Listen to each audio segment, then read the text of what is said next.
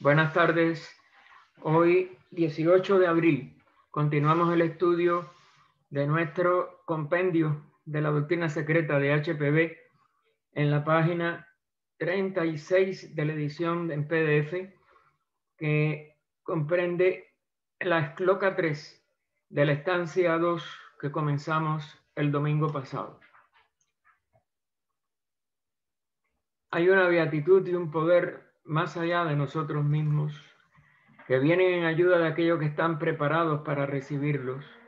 Volvámonos hacia aquellas grandes fuentes de las cuales emanan incesantemente la imagen, la fortaleza y la inspiración a todos los que, olvidando el yo, están resueltos a aprender y a compartir sin reservas. Bien, esta es Loca 3 de esta segunda estancia que, como vimos la semana pasada, no tiene la negación absoluta nada más de la primera estancia, sino que ya nos hace cuestionamientos sobre dónde están o dónde vamos a decir, se encuentran, etcétera, distintos aspectos de la manifestación. Y las respuestas todavía son que todavía no. Es decir, cambia el tono, nos comunica la impresión de la inminencia de lo que va a comenzarse a expresar. Y ya hace comparaciones entre aquella absoluta seidad en su estado totalmente de nada, que es todo, con las insinuaciones de la polarización que implica el comienzo de la manifestación y el comienzo, por tanto, de las apariencias mayábicas, de que todo ello ya no está en absoluto movimiento o en absoluta manifestación, sino que está próxima a expresarse mayábicamente como una pluralidad, aunque tenemos siempre que estar completamente atentos a que nada de ello es que varíe la realidad de la seidad, sino que se empieza a hacer, como si dijéramos, cada vez más inminente el poder apreciar apariencias, el poder entrar en relación con las apariencias que posibilitan la expresión de la ley de evolución, es decir, el funcionamiento del Manvantara, que tiene por este objeto, por ello, el objeto de mostrar a las mónadas y por tanto que la misma seidad a través de las mónadas puedan conocerse a sí mismas, que es en sí lo que es el verdadero fruto de la evolución y del funcionamiento de la ley de evolución, y se hace a través de la inspiración, es decir, del aliento divino que plasma esas condiciones de apariencia para que la evolución pueda tener lugar. Por ello, esta tercera esloca todavía nos dice: la hora no había sonado todavía, el rayo no había destellado aún dentro del germen, que vamos a ver después ese germen, ¿no? Lo que origina. La Matri Padma, la madre loto, aún no se había henchido, pero ya esa Matri Padma está lista para poder emanar a través de esa expresión que se usa de henchirse, que es lo que va a ser ella de origen a la expresión de lo que va a ser el Hiranyagarbha, el huevo del mundo. Pues eso es lo que está, como si dijéramos, aquí, casi ya, pero todavía no se había producido. Tiene dos epígrafes, el A y el B, el A sobre la primera parte, la hora no había sonado todavía, el rayo no había destellado dentro del germen y ya lo pone, el rayo nos lo pone entre comillas, el rayo de las tinieblas eternas. No está compartiendo pantalla, Gaspar. No lo comparte, espérese.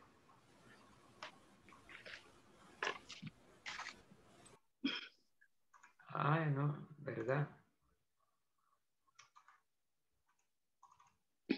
Ahora sí, disculpen. Y protesten siempre, porque uno no se da cuenta aquí. Y es que no le había dado al primer botón, como había dejado de compartir porque salió lo de una cosa de Zoom y no el PDF. Disculpen. Bien. Entonces, ese primer inciso nos da esta primera, nos explica más este primer párrafo. Y fíjense, el germen va a ser el punto en el huevo del mundo, que es la aclaración. El germen nada más que es un punto. Recuerden que esa es una de las nociones más difíciles de captar con nuestra mente, pero que se puede llegar a captar totalmente si nosotros penetramos lo que es matemáticamente un punto adimensional. Por ello, pueden haber todos los infinitos puntos que podamos concebir y aún no concebir, pero no ocupan ningún lugar porque no tienen ninguna dimensión mientras están en estado latente. Pero sin embargo, todos son gérmenes de un huevo, es decir, de una manifestación que siempre va a tener esta forma universal ovoide, representado por la materia en su sentido abstracto. Recuerden que mientras está el estado de pralaya absoluto, del pralaya mayor o de los pralayas mayores, pues en ese,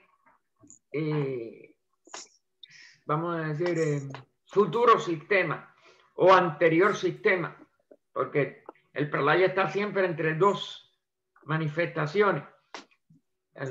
Ya veamos hacia atrás el anterior o el Manvantara siguiente. En su sentido, la materia queda, como si dijéramos, absorta en sí misma, en un espacio abstracto absoluto. Mientras que durante la manifestación, el espacio aparece como un espacio manifestado relativo, con relativas y aparentes modificaciones, que no son la realidad, pero sí que posibilitan, como dije, la manifestación de la evolución dentro del periodo que ese sistema abarque y dentro del plan que él tenga. Recuerden esto también. Pero la palabra punto no debe entenderse como aplicada a ningún punto particular en el espacio. Otro de los errores a veces de los que nada más que lo conciben con la mente y desde el punto de vista materialista. Aunque matemáticamente se sabe que el punto no tiene dimensión y no puede ocupar, por tanto, ningún punto particular en el espacio. Es un punto ideal en la ideación cósmica, puesto que en el centro de cada átomo existe un germen, y estos colectivamente constituyen el germen. Como son adimensionales, pues todos conjuntamente es un solo germen, pero considerados todos como un futuro huevo de cada entidad manifestada, pues sí dan lugar a el germen de cada uno y sigue siendo un germen porque no se divide. Es todos los puntos concebibles e inconcebibles, como decía. O más bien, como ningún átomo puede hacerse visible a nuestros ojos físicos, ella lo compara con la pequeñez de un átomo, que ni aún con los más potentes microscopios puede ser detectado, porque en realidad no pertenecen al átomo físico, aunque haya un átomo relativamente hablando de cada plano. Aquí ella se está refiriendo, como es natural, a los átomos del universo, a los átomos que es como primera expresión de esos puntos aparecen en el ADI, no en el mundo físico. Es decir, que tienen que descender y formar los átomos de cada uno de los otros 6 planos, que son conglomeraciones de ese primer punto ideal del plano ádico, del plano ADI del universo universal. Pues imagínense cómo puede uno tratar de concebir cómo eso puede descender aún a nuestro mundo físico y todavía no ser visible a nuestros ojos ni aún a nuestros actuales aparatos más complejos. La colectividad de todos estos puntos, si el término puede aplicarse a algo que es ilimitado e infinito, fíjense, aún la no correspondencia con esta frase, la colectividad de estos, figúrense, constituye el noúmeno de la materia eterna e indestructible.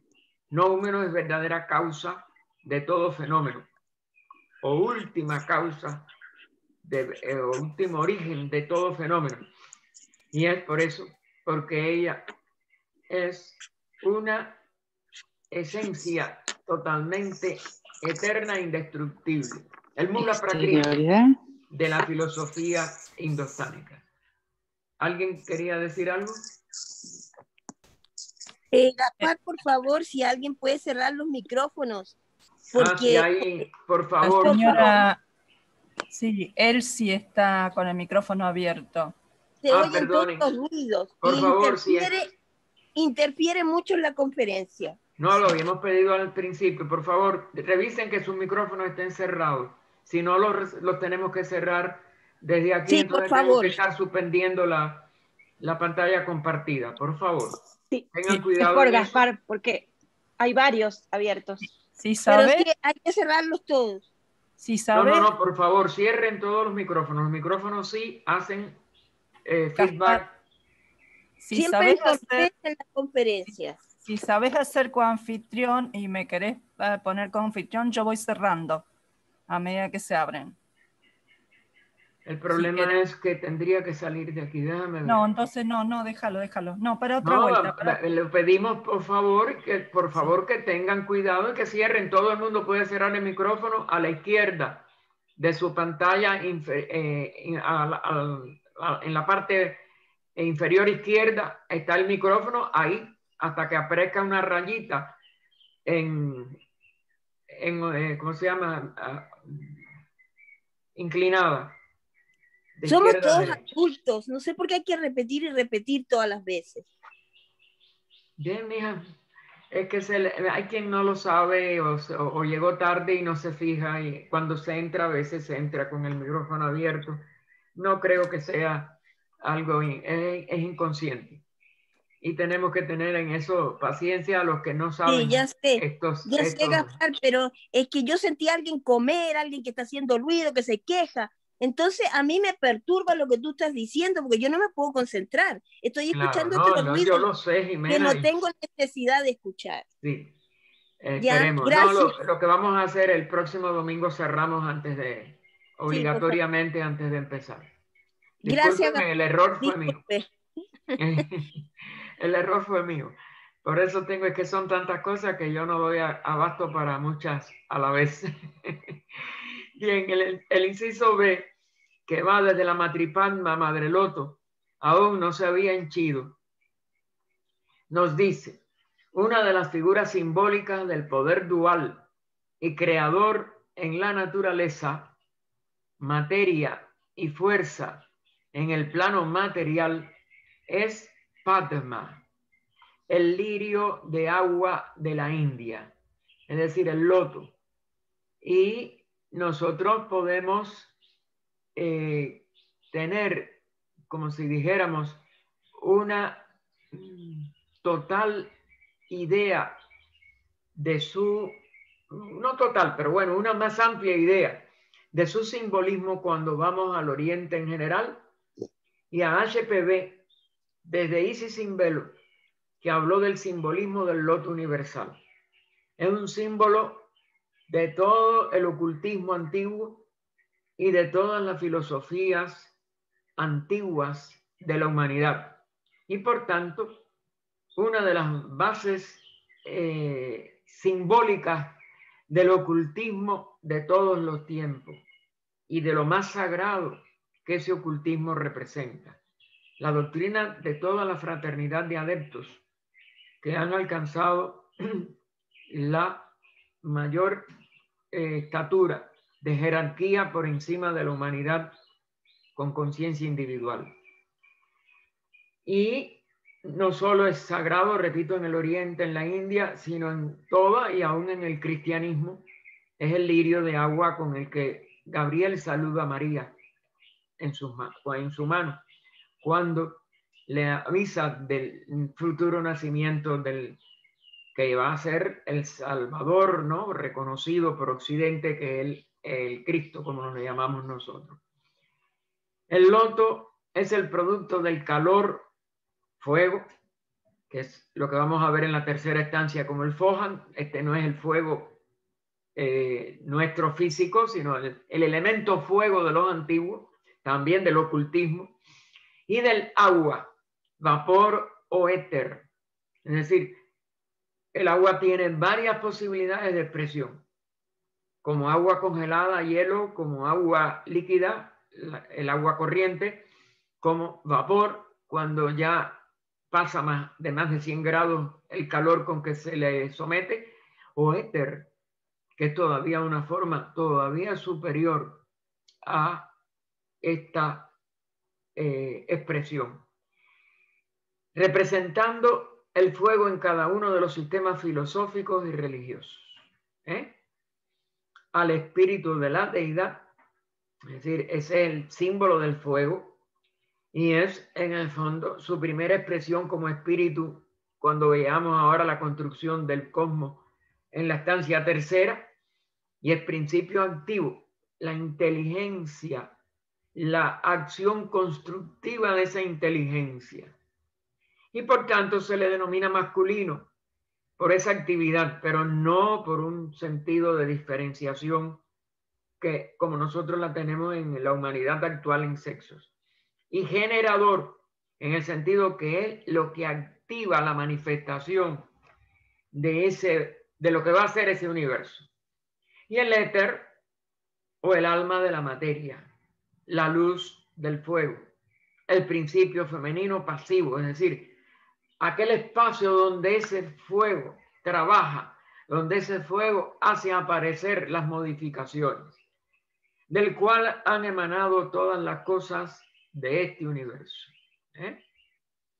Y esta doble función complementaria, porque surgen de la unidad en que ambos aparecen como en este momento todavía, en esta segunda estancia, como no existentes, pero lo que es en su esencia. Y esto es otra de las cosas que siempre existimos. Lo que existe, y lo dijimos ya en 2 o 3 ocasiones, está fuera de su verdadera seidad, de su verdadero ser, en un sentido inmanifestado, total, como posibilidad de toda manifestación. De ahí que el éter o agua sea la madre y el fuego el padre. Pero, repito, nada más que en este sentido simbólico y más allá de toda concepción completamente inferior o física. Esto explica la sentencia: la madre aún no se había henchido. Es decir, no está ya en el proceso de formación de este universo, que es ese huevo de donde surge toda la aparente diversidad. La forma generalmente es sacrificada a la idea interna o radical en el simbolismo arcaico. Y esto es lo que tenemos que comprender, que es un simbolismo arcaico, pero que no tiene que ver con la forma inferior, ni tiene que ver con las limitaciones inferiores que todavía no se han manifestado y que son aparentes, que nunca son reales, que siempre entrando uno a la propia esencia de uno, al propio ser verdadero, uno descubre que eso no ha cambiado en nada y que todo sigue siendo la misma seidad. La Loka 4 nos dice, su corazón no se había abierto todavía. Ven la insistencia. No, pero todavía está al hacerlo. Su corazón no se había abierto todavía para recibir el rayo único, que es ese rayo que se habló en la tercera Loka, el rayo del destello, que tiene que penetrar el germen para que se convierta en Mantiripatma, madre loto, y se pueda henchir con el huevo, el Hiranyagarbha del universo. Así que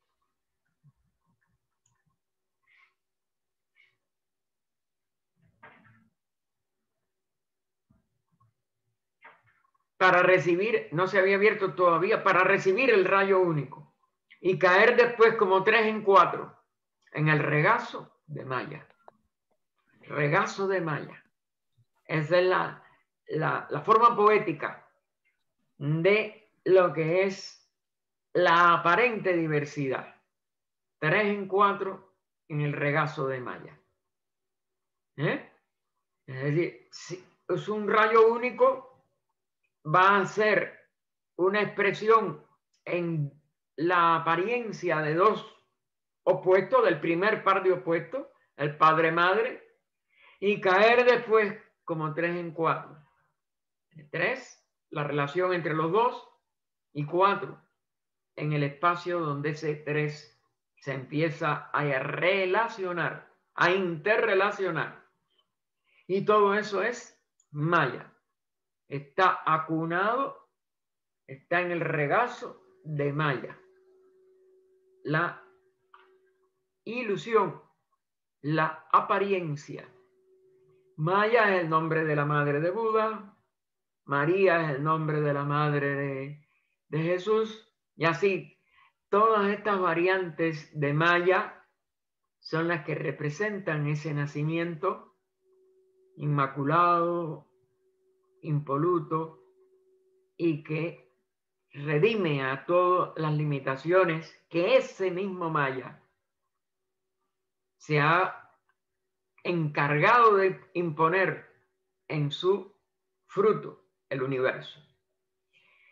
La sustancia primordial, nos explica ella, no había pasado todavía de su latencia precósmica, ¿ven?, a la objetividad diferenciada. Ni siquiera se había convertido en el protilo invisible para el hombre hasta ahora de la ciencia. Es decir, ni aún en esa prediferenciación inicial que algunos científicos llegaron a concebir, sobre todo Crookes y algunos de los que estaban ya buscando algo más profundo de lo que la ciencia materialista había buscado hasta el momento de la fundación de la sociedad y de toda la publicación del ocultismo de fines del siglo XIX. Pero en cuanto suena la hora y se vuelve receptiva, esa sustancia primordial, a la impresión fojática del pensamiento divino, su inteligencia, que es como un fuego que enseguida, un fuego eléctrico, que va a cambiar la situación aparentemente inexistente de ese cosmos, el logos o aspecto masculino del anima mundi, cuando funciona esa inteligencia como activa, recuerden, es el logos mismo, el verbo, la palabra, es su acción en ese alaya, en ese espacio totalmente indiferenciado, su corazón se abre. Es decir, a la vez que el Fohat da ese relámpago, que es lo mejor, la mejor idea que podamos tener en algo que hemos experimentado, en ese destello de luz, enseguida el corazón se abre. Y ven cómo lo pone entre comillas, porque es algo interno, es el centro verdadero del espacio y por tanto de cada átomo del espacio, y se tiene que abrir a la luz para que juntos expresen a Maya, el universo manifestado. Se diferencia y los tres, padre, madre e hijo, a un padre-madre no estaba actuando, estaban mientras el rayo del padre no fructifica el seno de la madre, pero enseguida que lo fructifica, ¿qué es el hijo? Por eso caen tres. Se convierten en cuatro. Cuando ustedes como dijéramos, lo conciben en su relación con todos los aspectos manifestados en ese universo, ya es 4 y del 4 desenvuelve el 7, como es natural. He aquí el origen del doble misterio de la Trinidad y de la Inmaculada Concepción. Es decir, aunque lamentablemente se hizo en una forma dogmática, ese espacio hay que considerarlo de que sigue siendo inmaculado, que es inmaculado antes de que llegue ese rayo, antes de que ese hijo se manifieste, pero que aún durante toda la manifestación de ese hijo, de ese universo, aunque aparezca que la materia es la que se mancha, la que se contamina, la que no expresa bien el espíritu, todas esas cosas que relativamente tienen cierto valor de enseñanza, no es real, es parte del Maya. Y por ello, aún ligado con estos aspectos aparentemente no útiles o no superiores o que conllevan a la esclavitud, a la materia, etcétera, que todo es relativo nada más que a un estadio de la relación entre la conciencia y sus vehículos, está presente esa Inmaculada Concepción. Otro de los misterios de la antigüedad que lamentablemente las religiones exotéricas han ido degradando e imponiendo irracionalmente, como con los mismos necesidad de un Salvador para reconciliarnos con Dios, etcétera. Toda una serie de errores cuando ya se concibe lo divino como antropomórfico, cuando se deja de concebir la realidad y la utilidad de todas estas expresiones de la vida en la conciencia. Y la conciencia en la materia, perdón. De la relación entre estas dos cosas que no son dos, que siguen siendo una, y que todo sigue estando más allá del Maya, en la misma plenitud del todo. Pero cuando afecta a las conciencias que estamos todavía sin redimirnos a nosotros mismos, que es la única verdadera redención, pero que tiene que ser por nuestro espíritu, simbolizado en ese hijo que surge del Padre-Madre, pues aparece como diferente, aparece como imposible de salir de la prisión, es como una prisión, en la que nos hemos metido o hemos sido puestos en prisión, de acuerdo a la concepción que cada uno pueda llegar a tener, pero que no es así. Seguimos estando en relación nada más con la seidad. Es lo único que sigue siendo como realidad la seidad, y eso, entrando en nosotros mismos, lo podemos autodescubrir, y es cuando entonces completamos nuestra evolución humana. La más difícil, pero la más necesaria de todos los reinos de la naturaleza. El dogma primero y fundamental del ocultismo es la unidad universal u homogeneidad bajo tres aspectos. Aquí es donde viene cómo se puede mantener esa realidad del ocultismo, de la unidad total. Y fíjense que ellos lo llaman hasta dogma, que es lo que han echado a perder las religiones exotéricas. Sin embargo, hay que decir que es un dogma en el sentido es una verdad total, es una verdad eterna, y no hay nada que la pueda derrotar. Cuando la mente promedio de una humanidad no redimida se confunde y pierde totalmente de posibilidad de concepción, el que la unidad permanece, en que la homogeneidad es la única realidad, tras todas las apariencias que nuestro sentido, la mente de la personalidad, etcétera, nos dan como que no, que todo es diferente, que que estamos separados unos de otros. Todo eso, hermanos, no es nada más que maya. Y les damos a ese maya un poder de realidad que no tiene, porque ella no puede destruir la realidad, la seidad, ni la unidad universal, ni la homogeneidad de nada. Y esto es en lo que consiste el entrar en nosotros mismos, el conocernos a nosotros mismos.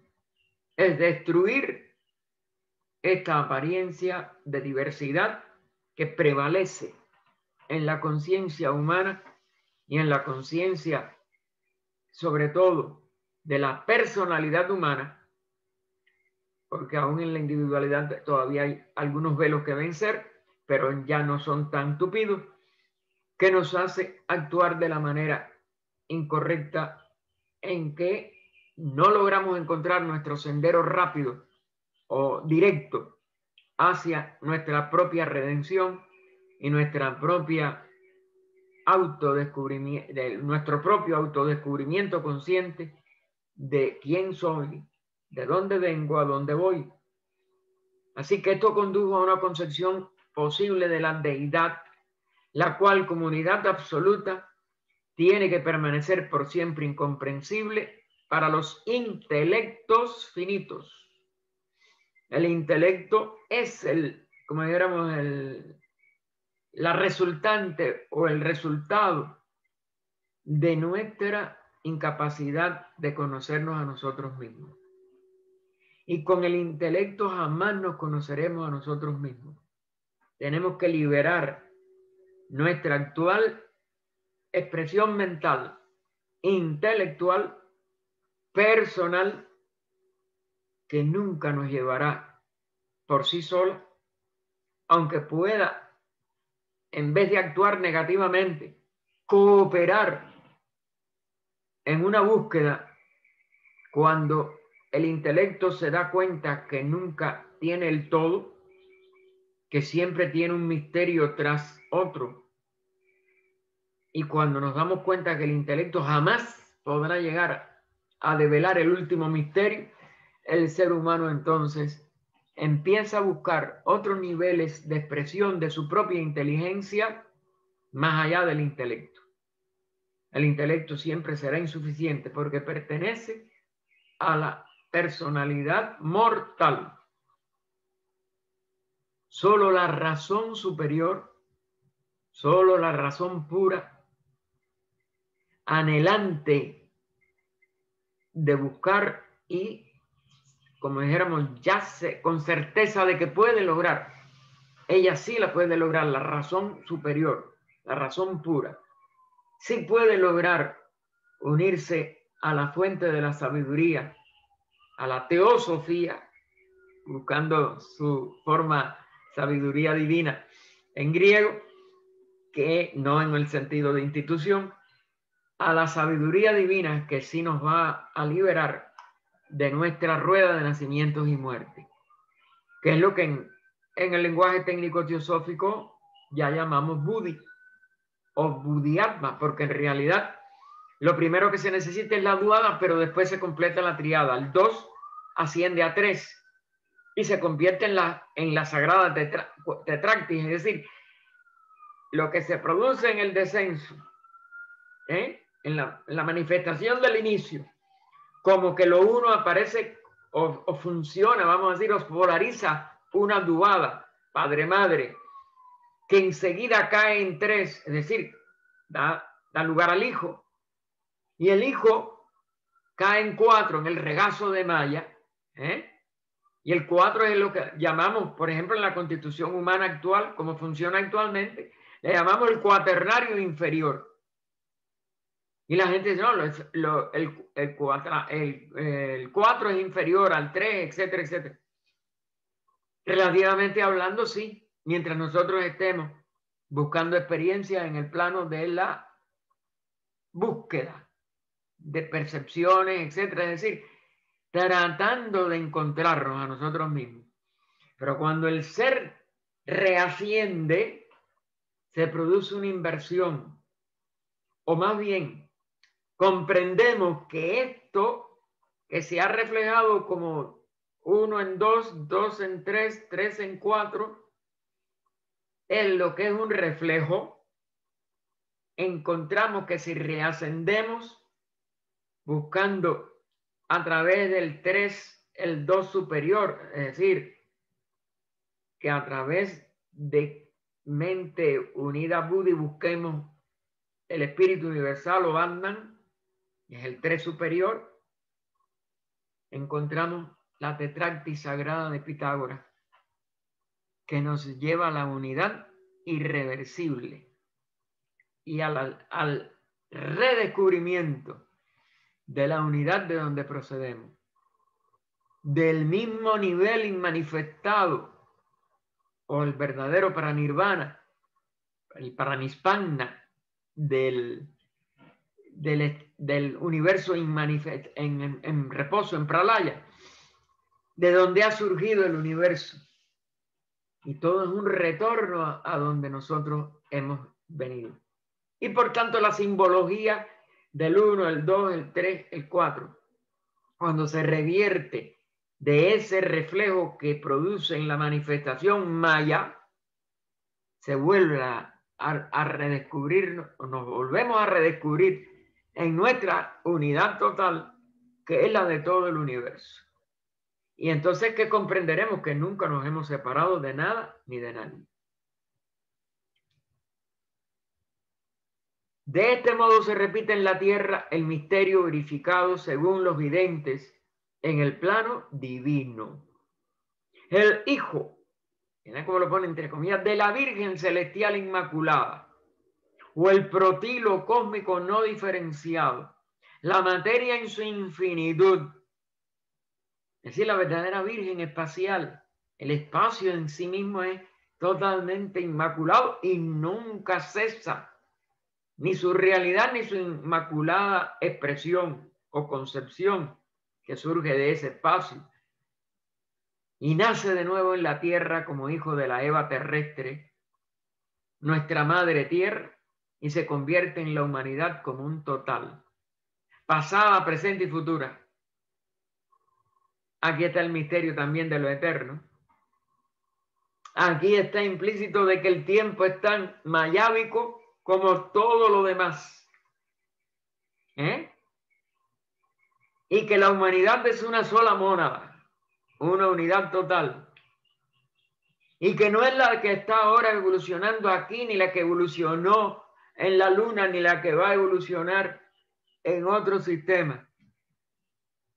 Es la eterna en sí misma. Y todo en ella es la eternidad. En su esencia. Y las experiencias transitorias son nada más que útiles en cada momento presente en que podamos penetrar su esencia. Porque lo único que hay en ese presente es lo eterno. Y la única, como dijéramos, importancia que puede tener ese presente no es que sea un momento entre un pasado y un futuro. Es que ese momento presente lo hagamos lo eterno. Otra vez. Lo recuperemos en el nivel eterno. Y ella añade otra de las grandes que tanto ella trató en Isis sin Velus y que en esta obra nos los da en otra estatura y que nosotros podemos también, sus 4 letras sagradas, el tetragramaton, el cuaternario ese, que inferior puede ser hasta un dios vengativo, cruel, etcétera, pero que en su origen es esa tetractis pitagórica, lo más sagrado que nos lleva a esta eternidad otra vez, porque nos hace ver la función del maya. Es decir, descubrimos el maya y entonces descubrimos que todo eso es la misma unidad. O regresamos conscientemente a redescubrir nuestra unidad. Y por ello es que esa tetractis, ese tetragramaton, las 4 letras que se atribuyen al nombre de Jehová en hebreo, es masculino y femenino. Es decir, no puede dejar de ser lo que es, que no es ni masculino ni femenino, y manifestado nada más que puede manifestarse como andrógino, o como totalmente aparte de toda vibración sexual cuando está recogido en un pralaya. Y así sucesivamente, todo a la vez como realidad es lo que es. Y de manifestación, todo lo que tenemos que considerar sus aparentes mayábicas expresiones de acuerdo a lo que estemos enfocando o a la etapa que estemos nosotros desarrollando mientras estemos en la manifestación.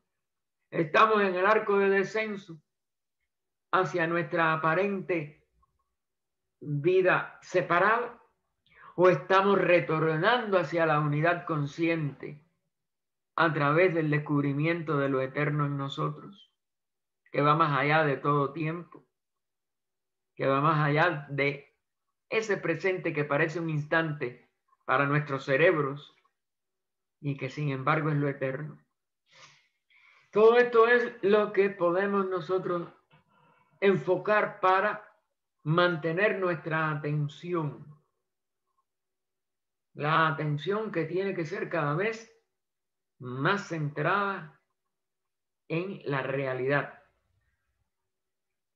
y no en relación con intelecto, con distintos estados mentales, físicos, emocionales, etc. La aparente diversidad tiene que ser trascendida por atención total, irrestricta y plena.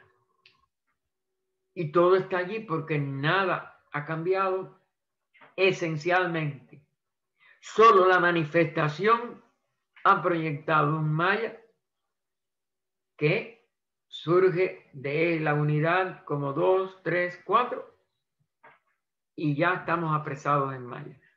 Y de ese 4 inferior lo tenemos que transformar en esa tetractis superior, ascendiendo los reflejos para descubrir dentro de cada reflejo su origen. Y el origen es esa unidad, esa seidad, esa totalidad. Volviendo a lo que ya hablaba, ¿no? Cuando ese Jehová es masculino y femenino, arriba el Hijo es todo el cosmos, abajo es la humanidad.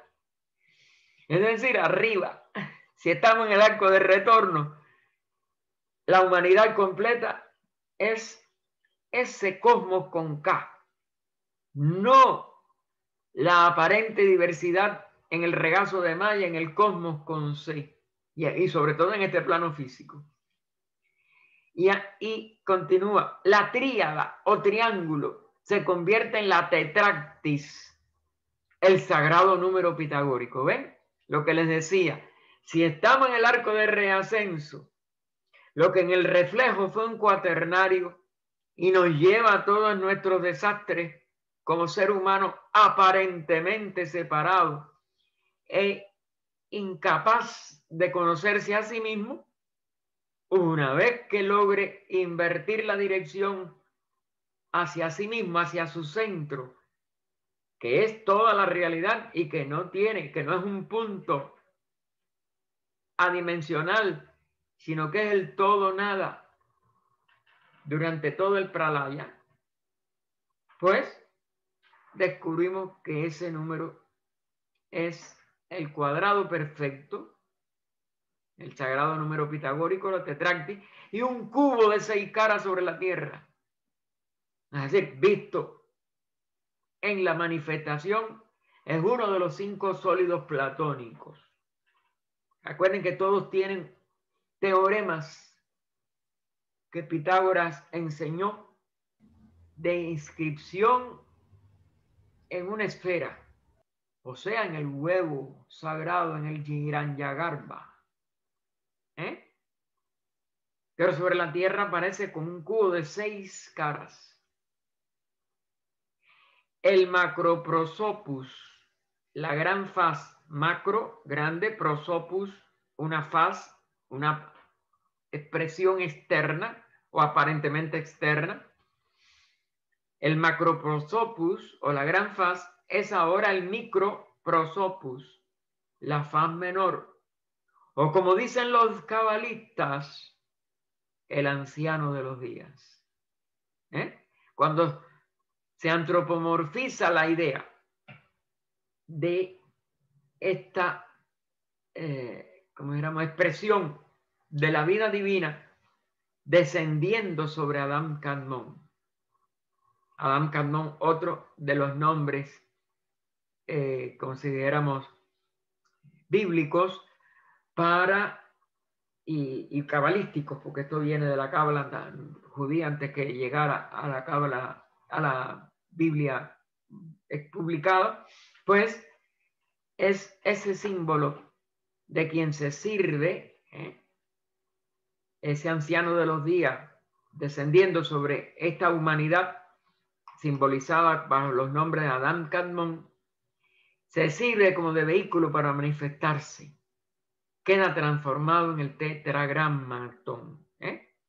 Las 4 letras atribuidas al nombre de antiguo en la forma de consonantes de Jehová.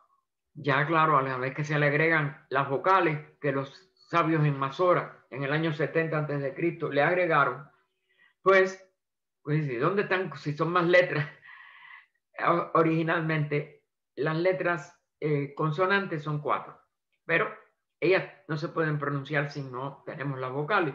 Y esto fue una de las cosas que se usaron para encubrir el ocultismo de los antiguos hebreos y de la Biblia mosaica.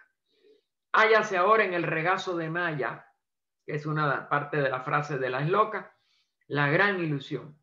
Y entre él y la realidad tiene la luz astral, es decir, que nos sigue aparentemente impidiendo que nosotros descubramos esta realidad de el origen verdadero de toda la conciencia del universo, ese anciano de los días, etc. Es la luz astral, una de las expresiones más densas del éter o de la casa original, la primera diferenciación en el cosmos con K, que nos sigue manteniendo el maya. Y esa gran engañadora de los sentidos, ese maya limitado del hombre, porque ahora son 5, pero aunque lleguen a 7, siempre van a tener límites de uso y de expresión, a menos que el conocimiento por medio de Paramartha Satya, para pronunciarlo mejor, Paramartha, recuerden que estaba uno de los símbolos de el estado de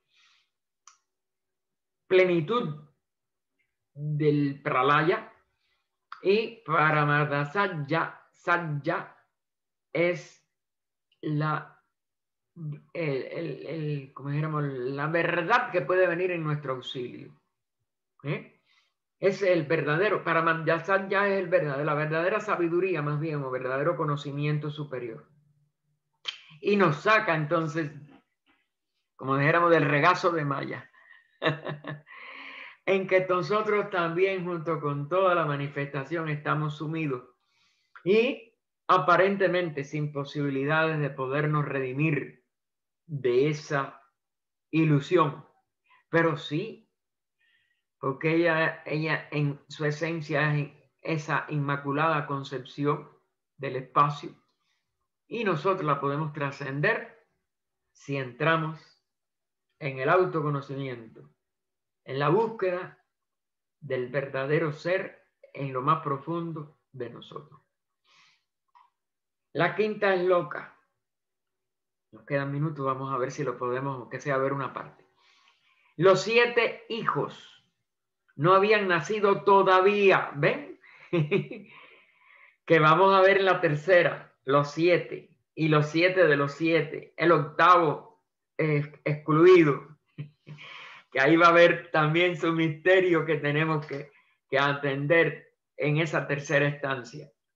Los 7 hijos que van a representar también todos estos 7, los 7 globos de cada sistema planetario, los 7 planetas sagrados de cada sistema solar, y por ahí muchos centenarios. Así que los 7 no habían nacido todavía del tejido de luz. Primero un rayo de luz que se convierte en un tejido.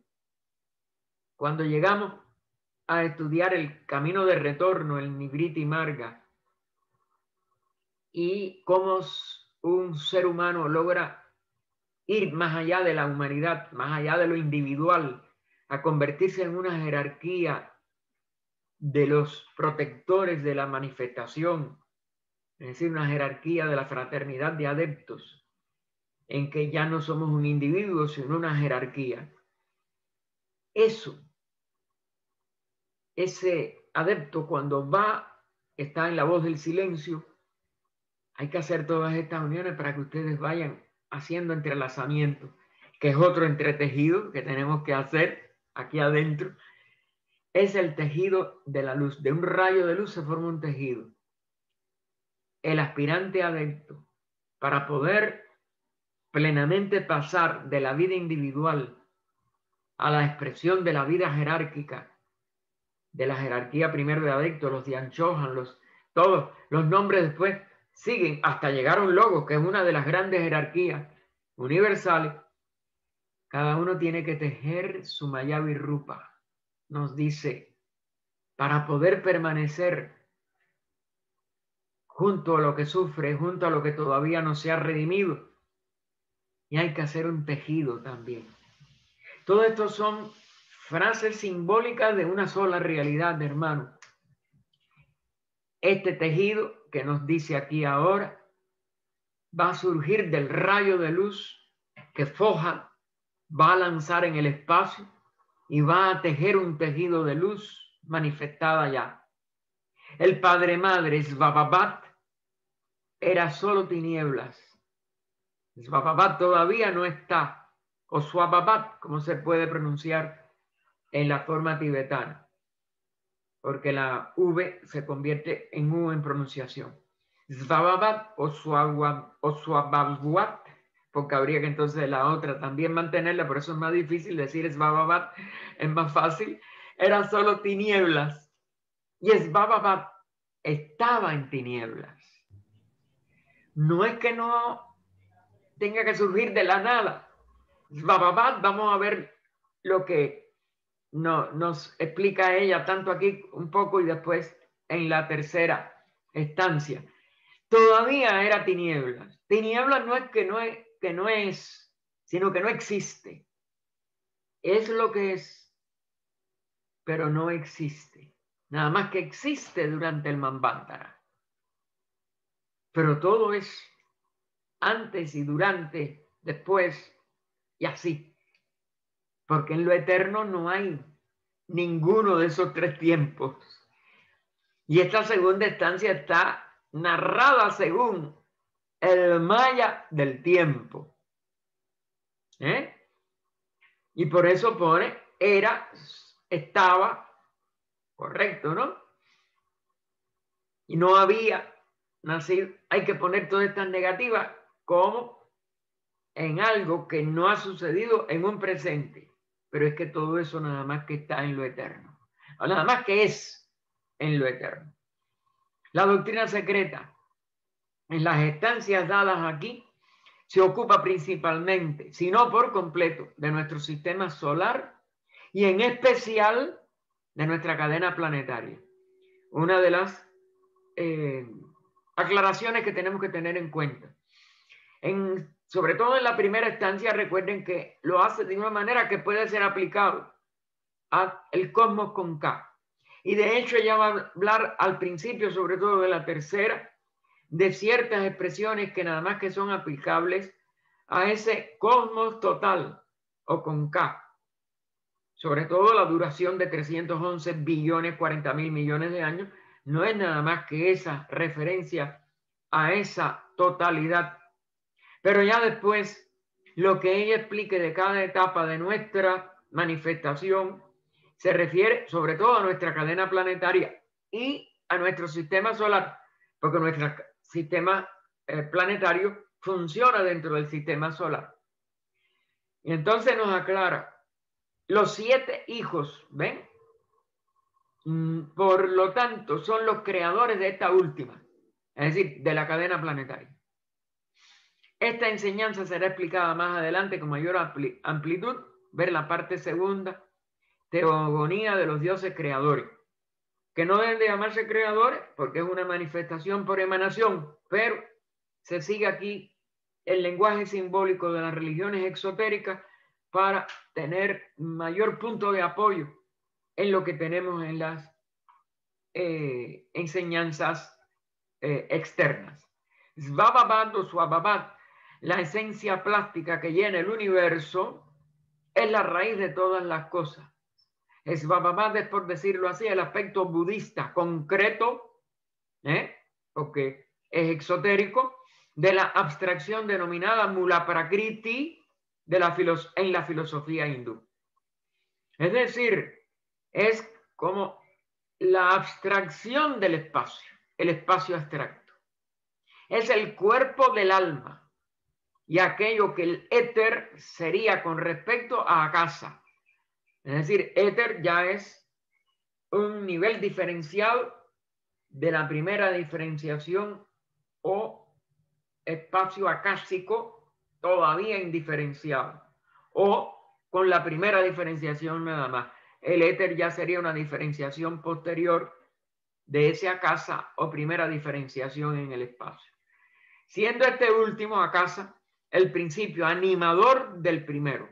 Es decir, Akasa anima el éter y el éter en sus distintas, como si dijéramos, diferenciaciones ulteriores, se convierte en la luz astral, en las inmediaciones de nuestro plano físico.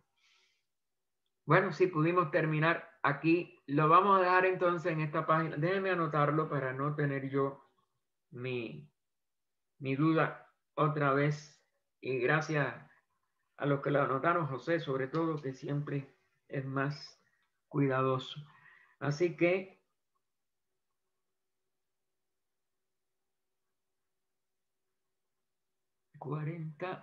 el loca 6 de la estancia 2.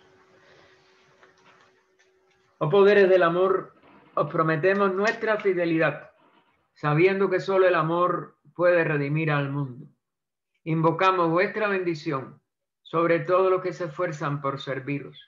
Invocamos vuestra bendición sobre todos aquellos que están soportando sufrimiento, para que en medio de su dolor puedan percibir que vuestro amor los envuelve aún en medio de su angustia. Vuestra bendición invocamos sobre todos aquellos que están infligiendo sufrimiento, para que en medio de su error puedan ser movidos a retornar a vuestro amor y serviros. Reverencia y gratitud a los grandes seres, guardianes espirituales de la humanidad, y a todos sus colaboradores en el mundo entero. Oh vida oculta, que vibras en cada átomo, oh luz oculta, que brillas en cada criatura, oh amor oculto, que todo lo abarcas en la unidad, que cada ser que se sienta uno contigo, sepa que por lo tanto es también uno con todos los demás. Paz, paz, paz a todos los seres. Aquí terminamos nuestro estudio de este domingo 18 de abril, y el próximo domingo continuaremos en estas mismas ID